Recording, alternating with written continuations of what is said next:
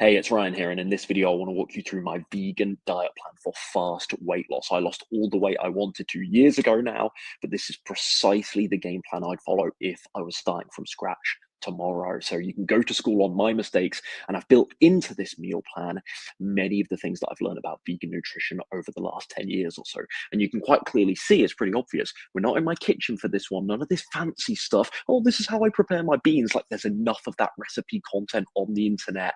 I didn't want this video to be about that. I wanted this to be far more informative. So first key philosophy, fast weight loss isn't worth it if you gain it back. What's the point? You can have the fastest weight loss in the world. If you're going to go flying back up the scale, is it really worth bragging about, caring about, worrying about your weight loss being really, really fast, right? I often say people overestimate how much weight they can lose in a month realistically, but underestimate how much they can actually lose in a year. I messed that one up, didn't I? The big punchline, I messed that one up. But you get the picture, right? Everyone's so short-term focused with this stuff. Instead, bullet number 2 here, focus on efficient weight loss. Efficient weight loss is fast weight loss without breaking things, without all of the mess, okay? You still want fast enough weight loss to keep you engaged, keep you incentivized, to make you think that the hard work and the sacrifice is actually paying off. So you want some speed to this, but not so fast that it's an absolute mess, that you're obviously following a really extreme strategy for the weight loss to be that fast in the first place. And what's likely to happen? Crash and burn, fly back up the scale. You can't really sustain that extreme aggressive strategy. So efficient weight loss is what we're working towards.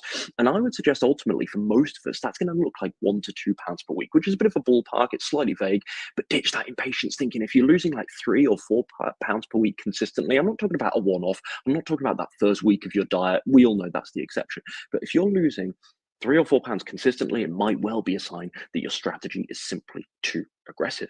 Now, in order to achieve this, I love this idea of being like eating whole plant-based foods rather than just being vegan. Being vegan tells me what you don't eat, and for the record, I am an ethical vegan as well, but I'm also a ethical vegan that is focused on my health and fitness too. And so I want to eat lots of whole foods, right? There's a lot of vegan chocolate, cheese, vegan burgers, lots of the mock meats. It's product dependent, but most of these, let's be honest, they're so processed. The fiber removed, really high in calorie density, other fats and nasties and oils, and all sorts of chemicals and additives added.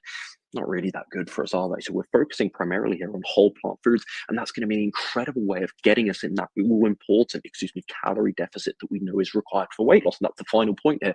Weight loss works on a calorie deficit, regardless of which diet you follow. Newsflash, it doesn't matter if you're doing keto or carnivore, flexible dieting, if it fits your macros, vegan, raw vegan, starch solution, Ryan Adams slim and sustain approach, it doesn't actually matter. You need to be in a calorie deficit. That is the big deal breaker.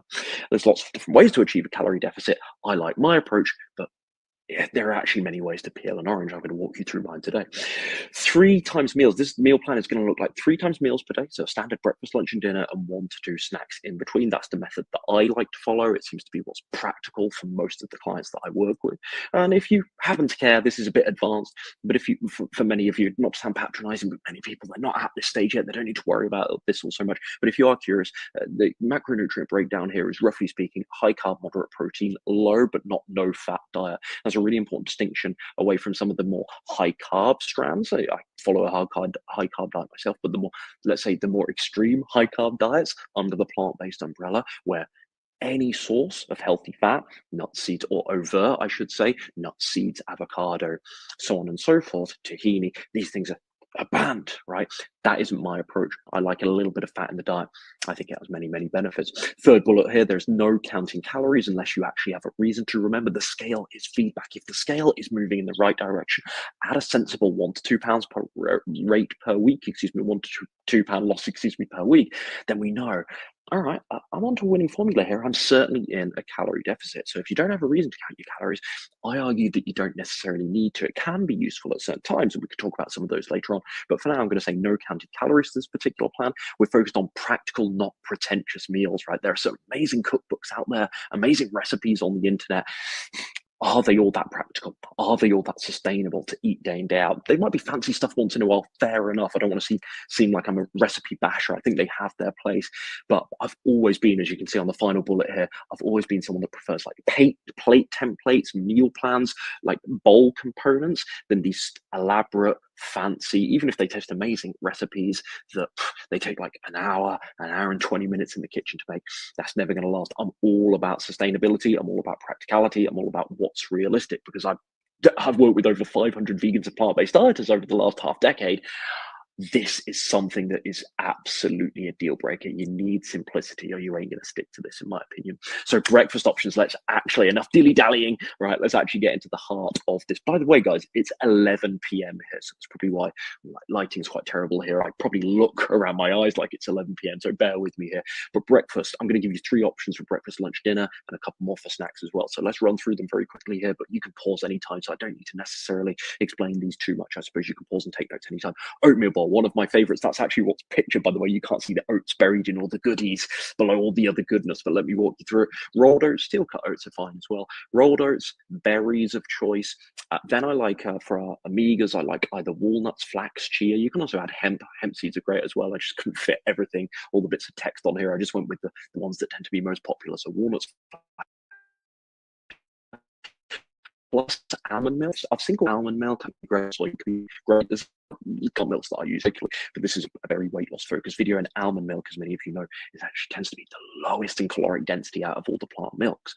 Again, brand dependent, but this seems to go across the spectrum. So almond milk here, and then if you want a little bit of a sweetener, you don't need too much. You don't want to be glugging loads of this stuff on, because you're going to add those calories up a little bit. The exception is stevia, 0 calories, as many of you know, but stevia, a drop of brown sugar, perhaps a little drizzle of maple syrup, just to give a little bit of extra sweetness if you need it. Maybe you don't from the fruit, maybe it's sweet enough, but if a little drop of brown sugar, a drop of maple syrup is what it gets for you to make a healthy breakfast and enjoy a healthy breakfast rather than eating something really crap, excuse my language, that's so worth it for that little bit of added refined sugar there, I argue. Number 2, cereal bowls. Love these, right? Really filling options. So yes, you can eat cereal on a weight loss friendly diet, just the right kinds, right? I'm talking about bran flakes here. They have a low calorie density, high fiber content. They're not the same as Cocoa Pops. So bran flakes, a bit of sliced banana on there. Again, walnuts, flax, chia.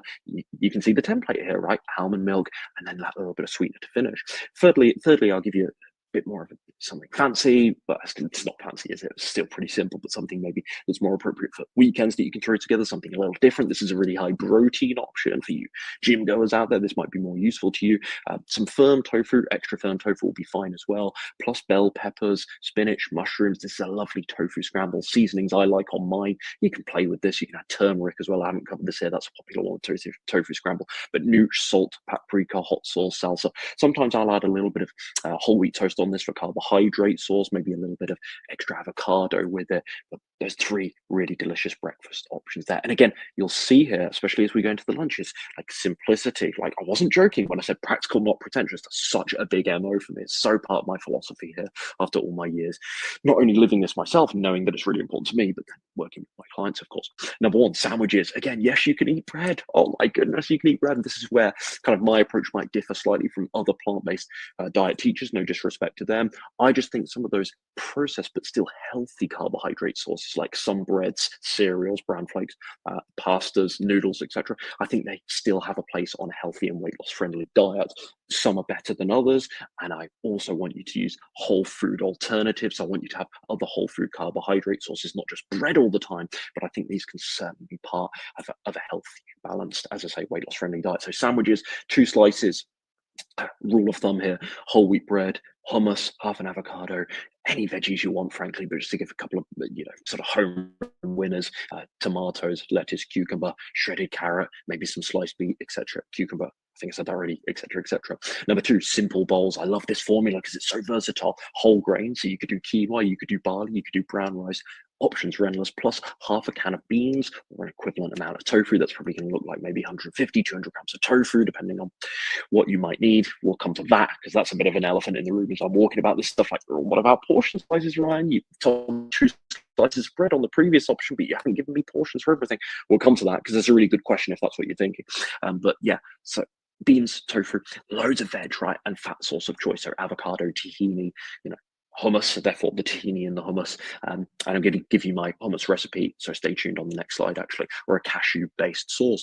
Finally, number 3, another quick one to throw together. I love this one. If you're going to work, school, college, I like this one. If you're just on the go, tempeh wraps. So whole wheat tortilla plus tempeh strips, which I marinated in a little bit of maple syrup, soy sauce, and nutritional yeast, plus half an avocado chopped up in there. And again, veggies of choice, lettuce, bell pepper, cucumber, shredded carrot, just to give a couple of examples. So sandwiches and tempeh wraps, really, really simple. And the simple bowls are a little bit more complex. But if you've actually already got like the rice, the quinoa, some of the veggies prepared, again, it's another throw together thing. Simplicity. Let's get to our little tahini. This is my hot recipe, so I'm not going to talk you through this. Pause this, write this down, screenshot, take a photo of this on your phone as you're watching this video here. That's my hummus recipe. Delissimo, delissimo. Oil-free, of course, I should say. There's no oil in this program, if you've noticed. There's no oil mentioned so far. I just think, even though there's arguments, something like extra virgin olive oil is not as high in saturated fat, I still don't like oil. It's a calorie bomb. It doesn't come with many nutrients because of all that processing under heat. Getting rid of so many nutrients, don't like it, not a fan. Heavily linked to inflammation. Don't like cooking oils whatsoever. I still eat cooking oils, like when I go out to eat or I go around someone's house and they make something delicious for me, but never in my own kitchen. I don't think I've had oil in my kitchen for like 8, 9, 10 years, probably in my own kitchen. It's when I go to someone else's house or a restaurant. Right, dinners, again, simplicity, burrito bowl, brown rice, half a can of black beans, sweet corn, love sweet corn, very low calorie as well, lettuce, red pepper, cucumber, right? You catch the drift. I'm using lots of overlapping ingredients. That's by design as well, right? Because if your lunches often use, iceberg, sweet jam, romaine lettuce, cucumber, bell pepper, tomato, etc., like tomatoes, you can nicely between meals. You don't need this like ridiculously long, unrealistic shopping list. So that's part of the design as well. Like we have lots of overlapping ingredients, you'll notice. So I love the burrito bowls, great option with a bit of hot sauce, a bit of salsa on there. Number 2, tofu stir fries. You guys know I love this. I've shared my recipe for this on my channel. You can search for this stuff in the past. Brown rice, firm tofu again, stir-fried veggies, soy sauce. There's different. I've got a slightly more complex, tasty dressing than just soy sauce, but we're keeping it really simple here. Just a bit of soy sauce. The magic ingredient for this one, though, taste-wise, is Chinese 5-spice. If you can find, I know it's not everywhere, but if you can find, you can even make it yourself because it's just composed of 5 spices, but clues in the name, right? But if you can find this stuff, it is absolutely amazing. So this brings this to life. Some sesame seeds as well for a little bit of healthy fat, just a little teaspoon of sesame seeds there. Finally, this might actually be more conventional as a lunch option, but I've thrown it in here because I had another lunch option in mind for this. I think it's the tempeh wraps, yeah, so I've kind of switched things around. But loaded salads, so quinoa, chickpeas, romaine lettuce. Again, I've shared a recipe for this on my channel from about a year ago, so go and search for that. In fact, it's the same one, I think, where I walk you through a tofu stir-fry recipe. You know what? I'll save you guys the trouble. I'll just link it down below. That makes more sense, much easier for you guys. Rocket arugula, some salad veg. You know what that means. Again, cucumber, lettuce, shredded carrot. You can get creative with it. Red cabbage,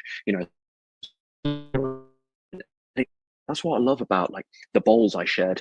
Where are they? Let me see here. The simple bowls, number 2 here, and the loaded salad. Like you can mix it up, change it up. You don't have to use chickpeas. You could use another bean. I just think chickpeas work best in salad, so that's why I've mentioned it here. But you can change the types of veggie, etc., or the fat source. You get what I mean? So like they are like some of these things, the simple bowls especially, they're like 10 recipes in one because of all the different whole grain bean, fat source veggie combinations you can have. Does that make sense? You could do fermented veggies, some sauerkraut, some kimchi. That brings it to life in a different way. And then of course to finish here on top of our veggies, we've got creamy tahini or cashew based dressing, like lovely tahini dressing. I haven't written this in for you, but this is simple. This is what many of my clients use, giving away all the secrets here. But bit of tahini, equal parts tahini, water, and lemon juice. So you take a tablespoon or 2 of tahini, mix that with a tablespoon or 2 of water. Same again with the lemon juice. Like that's so simple. There's more you can add to it to make it more flamboyant, and that will be more tasty, admittedly. But I'm trying to give you guys really simple, workable, actionable stuff to throw together here. Snacks then, on to the snacks finally. I have 1 to 2 of these. I would be having 1 to 2 of these per day. Fresh fruit, oil, and fruit, by the way. I miss Thai fruit so much, right? I've been back 2 weeks. I'm already pale as a ghost, aren't I? Back in this lovely British weather in December. But fresh fruit, low in calorie density, high volume for very low calories because of the water content, because of the fiber content. It takes a lot of fruit to get yourself into a calorie surplus. It's not to say you can eat as much fruit as you want. That is really bad advice if you take that literally, but you can eat quite a lot of fruit and still keep your calories really nicely in check. So it's an amazing snack. Bottom line is what I'm trying to say. As is actually surprisingly popcorn, but oil and butter free. That's the catch. Oil and butter free popcorn with maybe stevia, some salt. If you want to do savory, you can do like salt, some nutritional yeast, paprika. Bit fancy, get a bit creative with it. Number 3, rice, corn cakes, hummus with some sliced cucumber. Number 4, salted boiled edamame. Just take out the shell, put a little salt on, amazing sea salt. And 5, I wanted to give you guys something on the go, quite convenient. Like Lara bars are pretty calorific. Naked bars, if you're in the UK, less so. But I wanted to give you guys an option for when you're out in a pinch. What can I grab? What can I grab? Like a Lara or a Naked bar. So easy. Like dried fruit. Lara bars are largely dried fruit and nuts. Like these are not that smart snack option because they're very healthy, but they're very high in calories. So this is not something I would want you guys to be reliant on, is what I would say. Like I let my clients eat these, but if a client is like starting to text me like, Ryan, I'm having a Lara bar every day, I might be like, well, that's 220, 230 calories we're using for a Lara bar each day. Like we can make that work. We can build that into your diet. But think about 220 calories worth of fresh fruit. It's going to be a much greater volume. It might satisfy you much more than the Lara or the Naked bar, but it is a really good sort of grab and go option. And that's it. Again, simplicity. I'm going to keep emphasizing that, drill that buzzword home, but it's a really basic plan, practical, but not pretentious. Now you need to monitor it. Now you need to make sure it actually works. I've given you the formula. How are you going to do that? Well, I suggest that you weigh yourself 3 times per week. And keep in mind, the scale is a feedback system, right? It informs you directly if you have a good plan or not. If you're losing weight, okay, I'm in a calorie deficit. If I'm gaining weight or I'm not losing weight, oh, there might be something wrong here.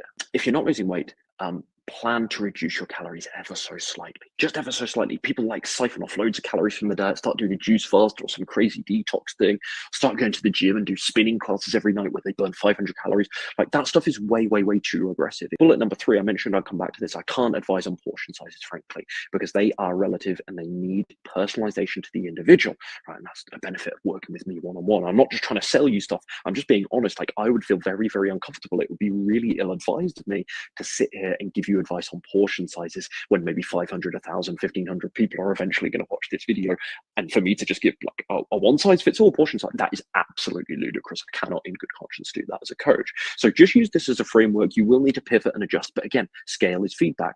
Other little tips here, the obvious stuff, but I've got to throw it in here. It's a bit cliche. Plenty of water, sleep 7 to 9 hours per night. Don't sweat the occasional meal out. Just make sure you get back on plan from that next meal, of course. Now, if you do need more help, you can hire me as your personal coach, and I will eliminate all the guesswork, tell you exactly what and how much to eat.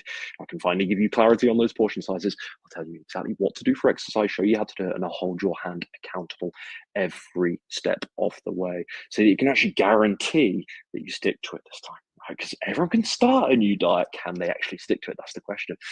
Stick to it long enough to actually get consistent results anyway. So if you're interested, you'd like to hear more about what it looks like to work together on Slim and Sustain, click the link in the description box that will be down below this video. And you can watch the video there where I introduced the program to learn a little bit more about this whole Slim and Sustain philosophy that I've referred to throughout this video, and the game plan that I've coached over 500 men and women over the past 5 or so years running this program. And it's worth saying too, I do only enroll 3 clients per week because everything I do is highly personalized. So there's only limited spots. I did actually used to take, if you remember, if you've been following me for a while, 5 clients every week or up to 5 clients every week, but I've just reduced it because frankly, to be honest, I want to work a little bit less, but I want this to be really personalized, give my clients as much one-on-one support as I can. I'm looking for people who want to crush it right now. Okay, it's the turn of the year coming soon. It's nearly 2025. When else are you going to do this? Right, let's capitalize on that sort of new fresh year motivation. I'm not a big January resolutions guy, but let's capitalize on any motivation you've got right now. And I'm looking for people who are committed and ready to jump in right now, ready to take action. People who don't just want to lose weight. This is an important point as well, but also want to build healthy habits. And and find a way to eat for their rest, of their lives. Because that's my whole slim and sustain thing, right? There are no shortcuts, there's no quick fixes, there's no magic pills and potions like a Zempic, right? I'm in the business of permanent solutions. And if you resonate with me, that's why you're here as well, slim and sustain. Again, going back to what I said at the start, there's no point having fast weight loss if you're just going to fly back up the scale. We want this to actually be permanent. So if you're interested, learning more about slim and sustain, working with me, click the link in the description box down below, watch the video there, and